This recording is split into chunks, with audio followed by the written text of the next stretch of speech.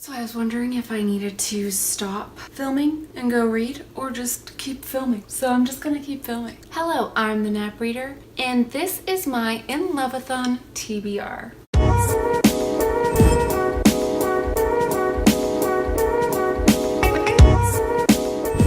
So instead of just a regular old average TBR for the month, I am going to do an InLoveAthon TBR and a contemporary-athon TBR, because those are two readathons that I'm going to take part in this month. And InLoveAthon is the 9th through the 15th, and the contemporary-athon is the 12th through the 18th. So that leaves like a few days on each end, and I just don't want to commit myself to all that. So this is my InLoveAthon TBR. I will go ahead and mention that I am right now reading And I Darken by Kirsten White. So this is probably the first book on my TBR. I am also listening to Harry Potter and the Goblet of Fire, but I got a little burnt out on Harry Potter. Shh, don't tell anyone.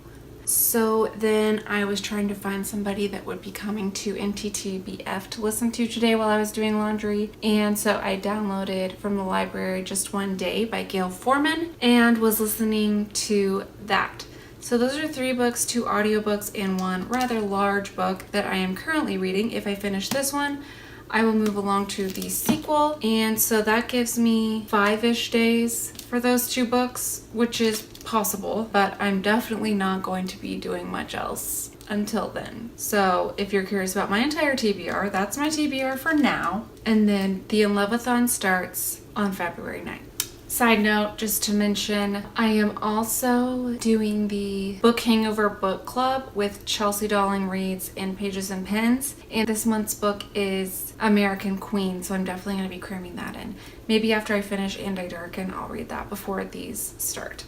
So we'll see. Maybe I'll just read a book a day until the 9th and, read a million things.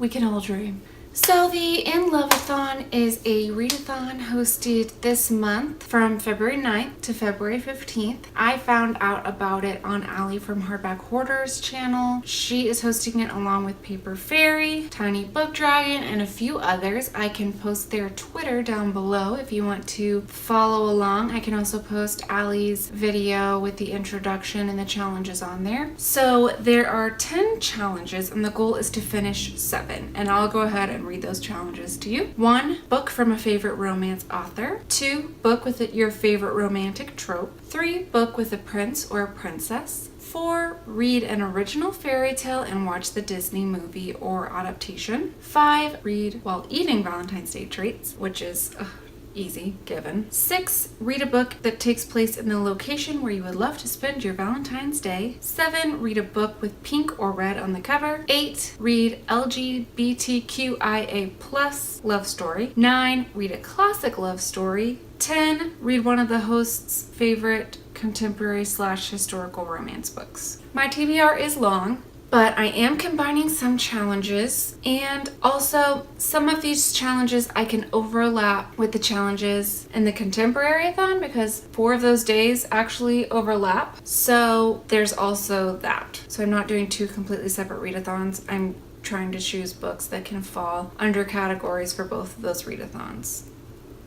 So I'll tell you what books I have picked out for this readathon. So they posted the host's favorite contemporary/historical romance books, and I chose a couple options. I chose The Song of Achilles or The Fill-In Boyfriend by Casey West. So I really think I'm going to be going with The Fill-In Boyfriend by Casey West. I know that The Song of Achilles is awesome and will give me all the feels and is just gonna make me cry. However, this is going to be a super fast read, and I have a lot of Casey West books, and I've only read 1 of them so far. So I really want to knock some Casey West out this year, and so I'm going to read that. Read a book from a favorite romance author. I am going to start the Castles Ever After series by Tessa Dare. The first book is Romancing the Duke. I've heard super fantastic things about this, and I own a lot of Tessa Dare. I've read 1 of her books so far, and I really want to read this series. So I'm gonna get started on that in February. Next, I have Everything Leads to You by Nina LaCour. This fits for an LGBTQIA+, it's a L they're lesbians. So it also has pink on the cover. And I mean, this has red. They all have pink on the cover. So this fits in for 2 of those challenges. I don't know if I have any other... I have Adam Silvera books, but calling them love stories just... I mean, I know they're gonna make me cry, so I don't really want to count those. I'll probably stick with this. It's less than 300 pages and I think it'll be pretty good. Next, I have read a book with a prince or a princess on the cover. It's read a book with a prince or a princess. However, you know, I might read this in combined challenges because I got this from the library, Reign of the Fallen, because I have no self-control. I've heard really good things about it, and I know this is a female-female romance. And look, a crown, so there's gotta be some sort of prince or princess. Yeah, no, maybe. So I will look more into that, and I might be reading that. And then I could actually not read this if I don't have time to get to it, and just read this one. If this doesn't meet those requirements, then I was going to read Kiss of Deception or The Air by Kiera Cass, which I read the 3 of the selection books in like 3 days. And I was kind of waiting to read this one until I got the 5th one in paperback, and I know they're terrible and people hate them, but I still think they might be terrible in a way that I will love them because they're trash. And I know they're really quick reads, so those are kind of my options for that. I didn't mean to make this indecisive. I wanted to be more just on the ball about my TBR, but I clearly have commitment issue. The 6th challenge that I'm going to meet is I am going to buy those heart Little Debbie's cakes and read while eating those because I love them and they're delicious. And so I will make a night of that and it will be lovely. For 6, I made this TBR quite a bit ago and I put Lola and the Boy Next Door on it, and I'm gonna have to take that off. But it was for the read a book that takes place in a location where you would like to spend Valentine's Day. And so I think I'm going to read this Sleepless in Manhattan by Sarah Morgan.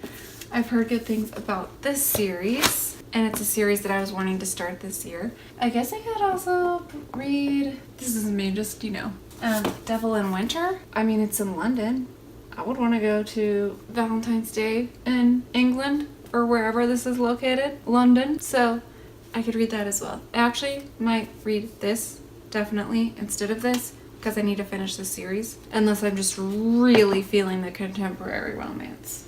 Side note, I really want to finish this one too, and it's located in both Manhattan and France, so this could be an option as well. And I'm really sorry that this isn't TBR but a rambling about what my choices could be for this readathon, but yeah, so that's it, and all these millions of books will fulfill all those challenges. I could really get it down to probably 3 or 4 books combined, so I'm not going to read all of these books. Dad, I'm just going to read some of them, but these are my options for this readathon. All lovey-dovey books. And so that is my TBR for the In-Love-A-thon. Side note, adding just more and more to my TBR. One of the challenges is a classic love story. I do love reading classics. I am also planning on reading a classic this month, so I thought I would throw that in there. But the classic that I want to read this month is A Wrinkle in Time, and I can't find enough room in my brain to read multiple classics in a month.